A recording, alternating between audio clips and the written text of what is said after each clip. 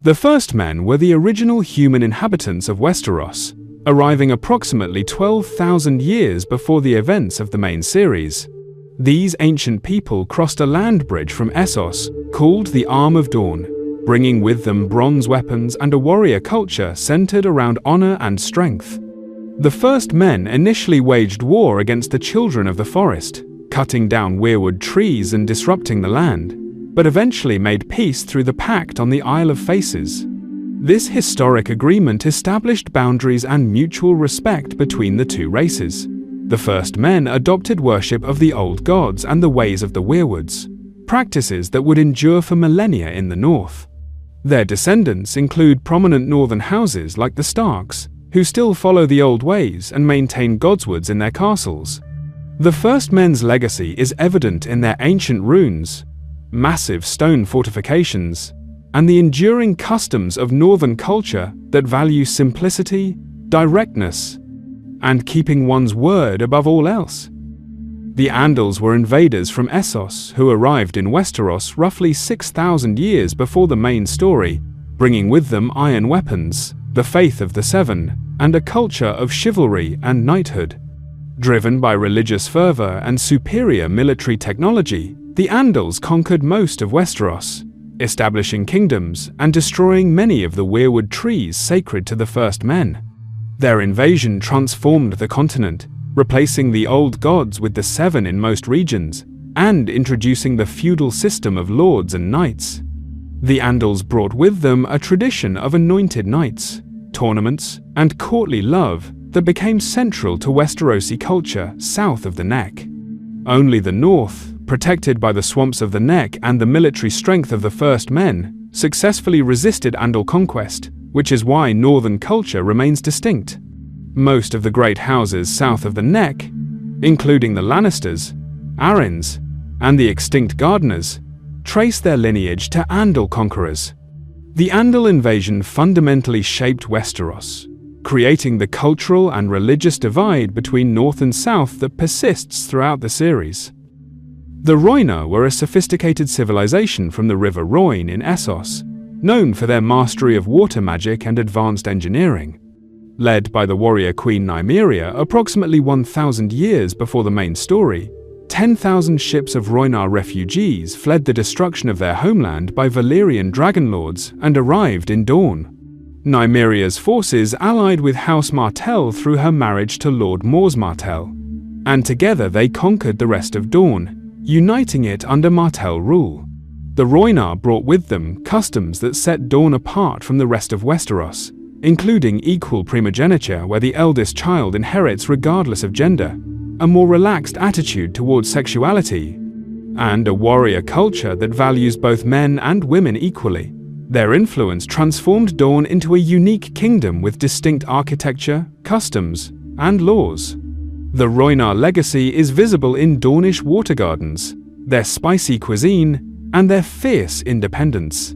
The Martell's title Prince rather than King, and their use of unbowed, unbent, unbroken, as their words reflect Rhoynar pride and resistance to conquest.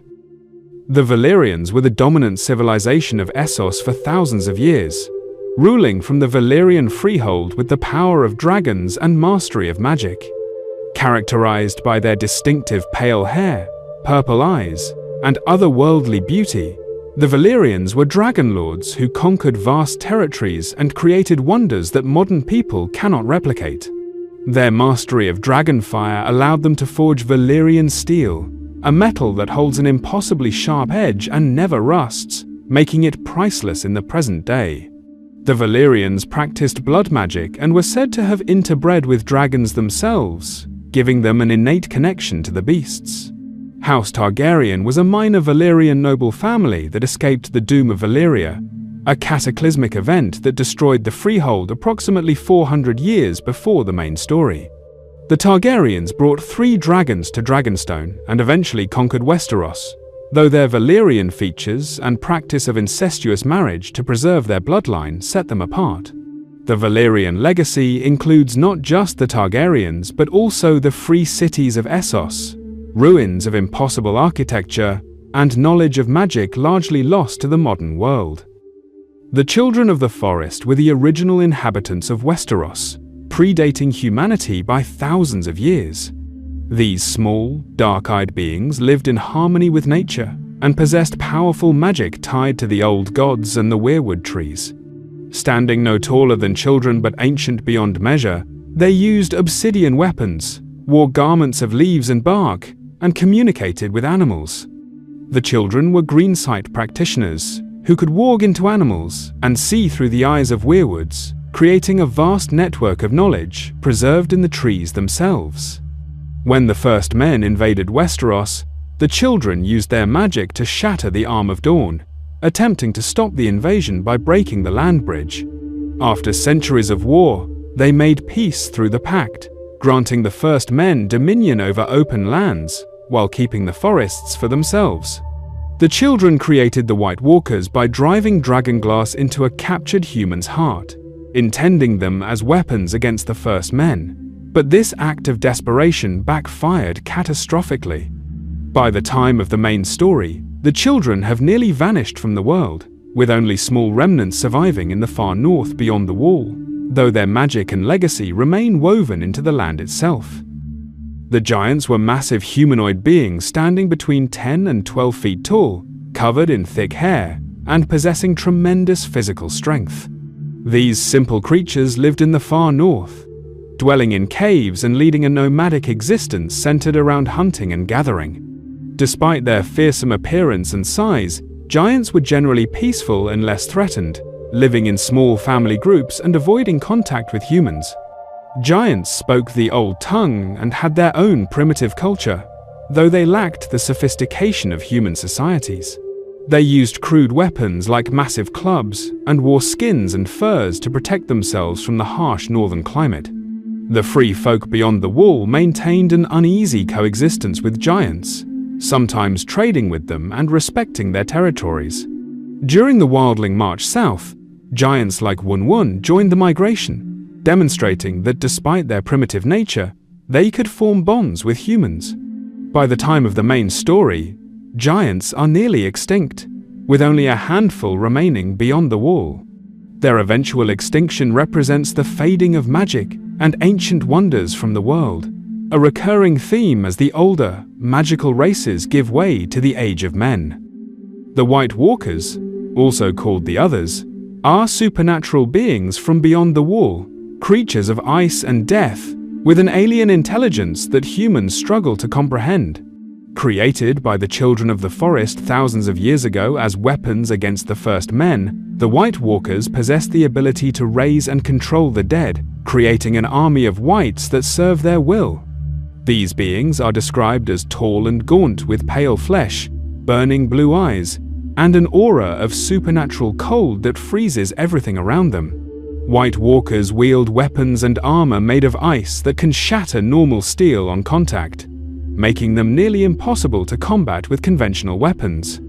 Only obsidian, also called dragonglass, Valyrian steel, and fire can permanently destroy them. The White Walkers nearly destroyed civilization during the Long Night thousands of years ago, prompting the construction of the wall and the founding of the Night's Watch to guard against their return. They seem to possess their own language, culture, and purpose, though humans barely understand their nature or motivations. The White Walkers can transform human babies into new others through some dark ritual, suggesting they may be attempting to perpetuate their race.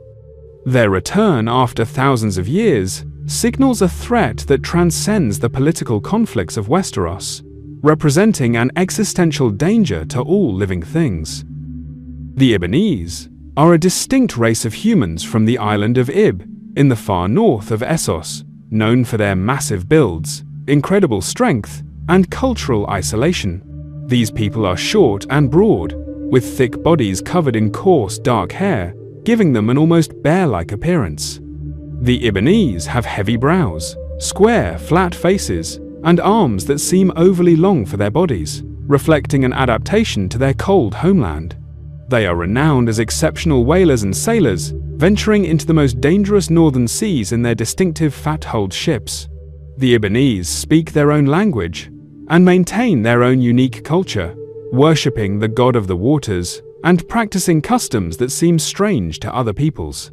They are known for their tradition of taking thralls and their fierce independence, maintaining their isolation from the affairs of the southern free cities. Ibbenese traders can occasionally be found in ports throughout Essos and even Westeros, but they remain largely mysterious to outsiders. Their strength and endurance make them formidable in combat, though they prefer commerce to conquest. The Ibbenese represent one of the more divergent branches of humanity in the known world, adapted to their harsh environment over countless generations. And there you have it, 8 of the most significant races from A Song of Ice and Fire.